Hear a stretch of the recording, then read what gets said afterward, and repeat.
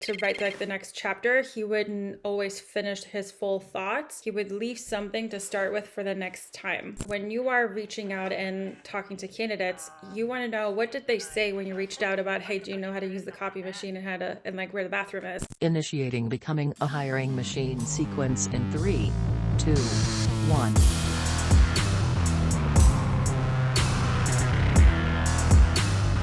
Hey everyone, it's Sam Keenly, and welcome back to Becoming a Hiring Machine. This is the show dedicated to fixing recruitment by going beyond saying what needs to change and instead teaches you how to make that change.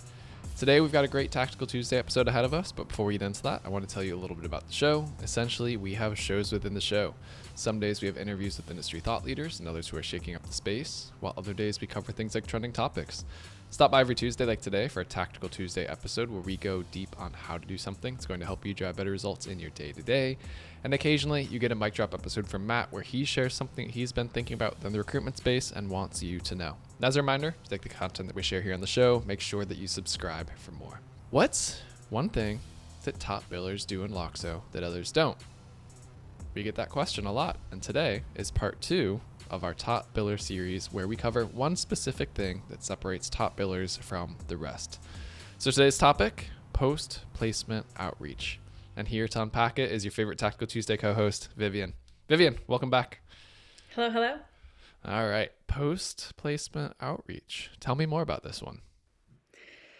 This is such a simple one, and everybody knows they should be doing it. Most are not, just because it's something that is like manual. You have to put tasks and reminders in place and things like that.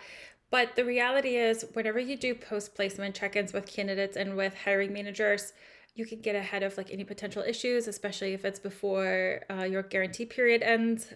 You don't want to have to replace someone at the very last minute just because they like bounced the day before the guarantee period would have ended. And it's little things like that. But the biggest thing is, from your post-placement check-ins with candidates and with hiring managers, this is actually where you can have a conversation, find out what other hiring needs might they have. And this is where essentially you can get ahead of things through these types of conversations. They're like, you know what, I think we might actually need you because we are looking for somebody that is doing XYZ. Internal hiring team hasn't really been doing a whole lot. And that way you can actually start sourcing and getting ahead of things until that process is like finalized and all that fun stuff. And so there is a really cool way of automating that and making your life easier in Loxo. Okay, so we'll hear about automate. Like, how do you prime that conversation? Is it through an automation? Is it through something that you kind of ask a leading question in the conversation to? What's the best way to do that? It really depends on the recruiter. Personally, I would recommend using a task sequence because that way you have like specific talking points depending on when you are checking in with them. And that way you can reach out to them through kind of like the method that is the normal way of communicating with them. So with candidates, sometimes it would be through text, through phone call, through email, and they would always like, there was always a preference and there was an easy way to get a hold of them. And you want to use that. And so tasks are really good for that because they will automatically remind you without you having to put in calendar invites. You just enroll them in the sequence and then it will take care of itself. And then if you do some kind of automation, the danger in that is that it's very generic, especially if they reach out and you have already had a check-in with them because of something else, or they reached out to you, or you just thought of them and reached out or something like that. Then that automation seems automated and ingenuine. I recommend tasks with like just a couple of like bullet points of like, what should I cover when I reach out to this person, kind of a thing. Okay. So what's this play that you see a lot of the top billers do? So the cadence is different and the number of steps are different, but what everybody does is they reach out during the first week. Some do it on the first day to make sure, hey, did you get there? Did you get all the stuff from HR? Sometimes it's towards the end of the week just to be like, hey, just wanted to check in. How was your first week? Everything good? Do you know where the bathroom is? Do you know how to use the coffee machine? That kind of stuff. So it's always within the first week. Then another checkpoint that is really good is 1 month. Not everybody does it, but it's a more common one because more time has passed. And this is typically where if there are issues that would have surfaced by now. So if there is some kind of issue where they may be let go or they leave during the guarantee period, this is where you will know about this. Then after that, it's typically 90 days. is like the quarterly check-in. Not everybody does it. Typically they will do the 1 year mark, but this one gets forgotten a lot. But the anniversary is kind of like a nice thing to reach out and be like, hey, congrats on your work anniversary. Hope everything is going well. Would love to catch up with you sometime, like non-committal kind of like catch up type chat, because this is where people start spilling the beans and like, oh yeah, this is what's going on. These are the updates. Here's the gossip, that kind of stuff. And you can hear that from both candidates and from hiring managers. Mm-hmm. Okay. So when you're doing the sometime within the first week, first month, first quarter, first year, is that to both the candidate and the hiring manager? Is it to, okay. I was nodding.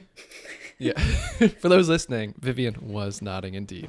Give me an example. Can we do like maybe one question or something for both, like first week? What are you asking a candidate? What are you asking a hiring manager? First month or 90 days, same type of thing, just to get a sense for one. I know you are a big fan of open-ended questions versus closed-ended, but yeah, how you're getting this conversation to open up with them. So let's start with the candidate one. We'll do sometime within the first week, first quarter, and first year. So first week, this is where you kind of just want to have like a lighthearted check-in of like, hey, congrats on finishing your first week at work. And usually I did something silly like, hope you know where the bathroom is by now and how to use the copy machine. Those are usually the two things are always like, people are afraid to ask, where's the bathroom? And so this is usually like a lighthearted, fun way of opening. And it's so non-committal that it's easy to respond to it. So on the candidate side, you want to do something lighthearted and fun just to see like, yeah, everything's great. Or like, you'll catch up on some kind of like vibe depending on how it's going, because it's such a low risk question that if something is up, then they'll probably spill the beans on that one. Yeah, you'll pick it up, just whether that's through kind of their tone or they'll be like, funny you ask, and then get into something. Okay, so that's first week. What about, like first 90 days? What are you asking in that range? First 90 days, this is where they should have a solid knowledge of what's expected of them, how to do everything, and be like understand the team dynamics and be a good part of it, and kind of check in and say, hey, how is like this project going? Because typically as a recruiter, you will know what they're supposed to be working on, what they're supposed to start with. And that way you can kind of like check in of like, hey, I know what they originally wanted to like hire this position, like what they were looking for is XYZ. Did you guys get started on that project? How is that going? So you always want to have something to pick up on. And this is a little bit of like a side quest in terms of topic, but somebody who writes books, author, he said that to write like the next chapter, he wouldn't always finish his full thoughts. He would leave something to start with for the next time. And so when you are reaching out and talking to candidates, you want to know, what did they say when you reached out about, hey, do you know how to use the copy machine and like where the bathroom is? They will give you some kind of nugget. You want to keep that. You want to write that down somewhere so that when you're reaching out at the first quarter mark, you can pick up on that and be like, hey, last time we chatted, this is what kind of like the project was. And that way you can kind of like keep the conversation going, and it's personalized, it's tailored, it's not like a generic thing, because then nobody's getting an answer. Whereas if it's specific enough and it's like, I did tell this person that, they're more likely to engage back with you, and you will have that trust that you continue building with them just because you remembered something you talked about 3 months ago. Yeah, that makes sense. Okay. And then as they're getting close to their 1 year mark, at the anniversary, it's something as simple as, hey, happy anniversary. So happy you made it. Would love to just catch up with you, see how things were going, where things are heading, and just kind of like say hello. And that's about it. It's very simple. You can use a lame dad joke for the 1 year anniversary, and you can pick up on something that you talked about last. So you always want to kind of like pick up on something, refer back to something that you've talked about before, so that there's like a continuity kind of a thing, and they know this is not like a generic outreach because it's too specific. Yeah. It's not something that you really can like automate. Yeah. Okay. Let's move over to the hiring manager now. So what are you asking them first day, first week? First day, I would reach out and say, hey, just wanted to make sure candidate got there. They know like you found each other and they're in HR, they're filling out paperwork, little things like that. That's always a good one. And then towards the end of the week, you can do a little check-in of like, hey, just wanted to check in. How was like the first week? What are your first impressions? How's the team doing with the new hire? and just kind of like ask that and take notes.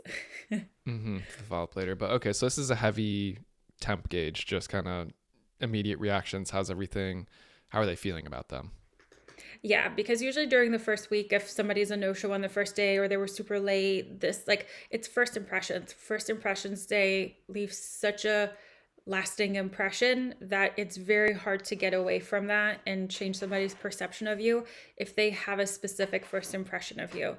And so the first impression of the hiring manager is basically the color of the glasses that they're going to be looking through at the candidate.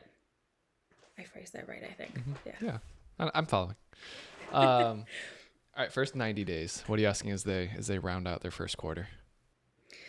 So 90 days, I would make this closer to whatever the guarantee period is. This really depends on agency by agency, but let's say we're approaching the guarantee period. This is where you want to have a lot of check-ins with a hiring manager, and not like a lot like weekly, but first week, halfway through the guarantee period, towards the end of the guarantee period, because this is where you will see a progression of like, okay, like how did the first week go? How are we doing halfway through?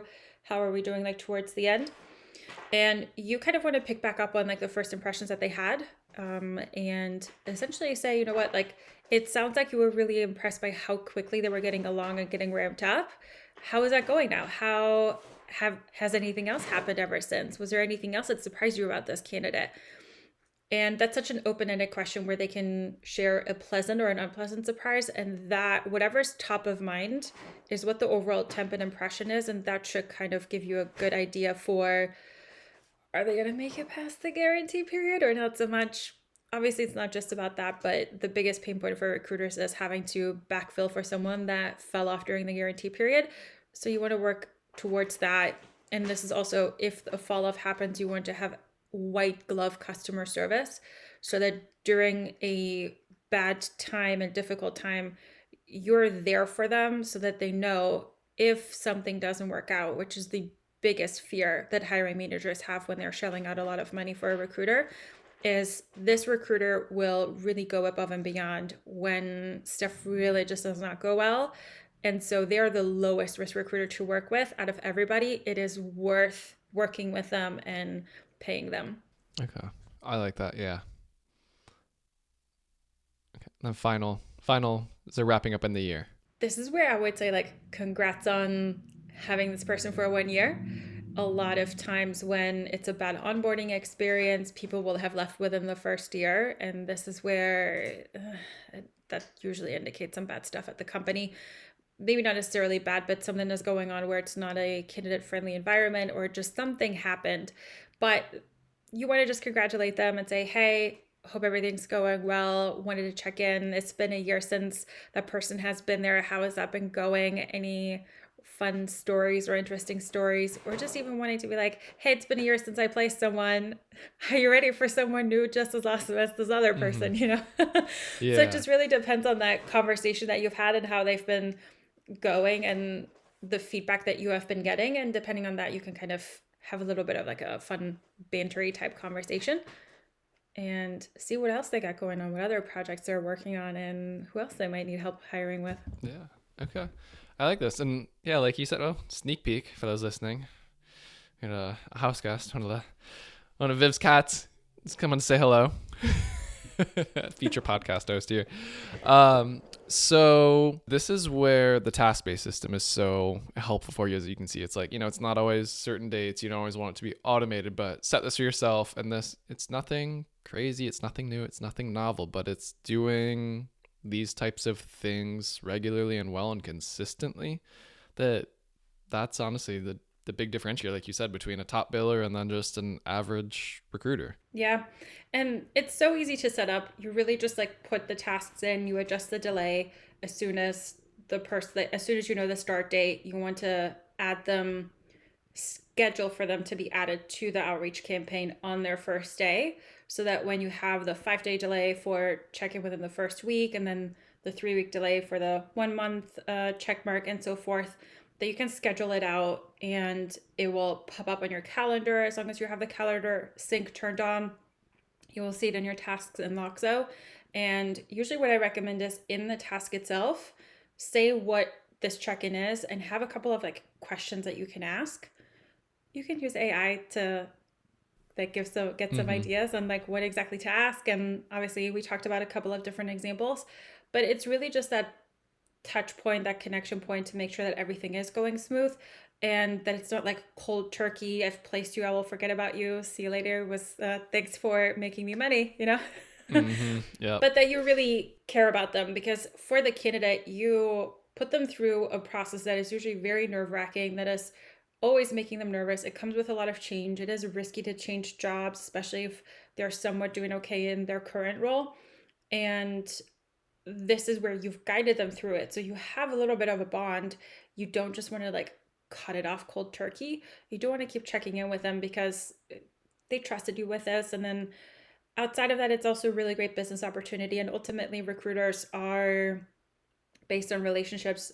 Word of mouth is the best way to get business. And an easy way to do this is check in with them regularly. If they just got off like a manager's team meeting where another department is struggling with hiring and you just reached out to check in on your candidate, it's like, wait, hold on. Let me connect you to this person. They need someone. And obviously we've had a really great experience with you. You're checking in with us and making sure that the placement is all good. You know, this is where you can get referrals, you can expand your accounts, and ultimately relationships are the number one thing for recruiters. Yep. Yeah. I mean, the risk reward on it, it's a no-brainer. It's doing the work and the reward is there. Yeah. And it's like, it takes a couple of minutes to set up, but then you set it up once, you just add all of your placements and your hiring managers into the respective sequence, and then you just text them. Worst case scenario, they never get back to you. Yeah. Tough life. Rejection. Recruiters don't know anything about that. All right, Viv. Well, truly appreciate the time as always for part 2 in our top biller series. So yeah, we'll be continuing this one next week, and we'll have another good one for listeners tuning in. So as we wrap, Becoming a Hiring Machine is a production of Loxo. If you like this episode, you're not sure where to go next, we have a link to a similar one, and you can find those in the show notes in the description of your favorite podcasting platform, as well as on our website.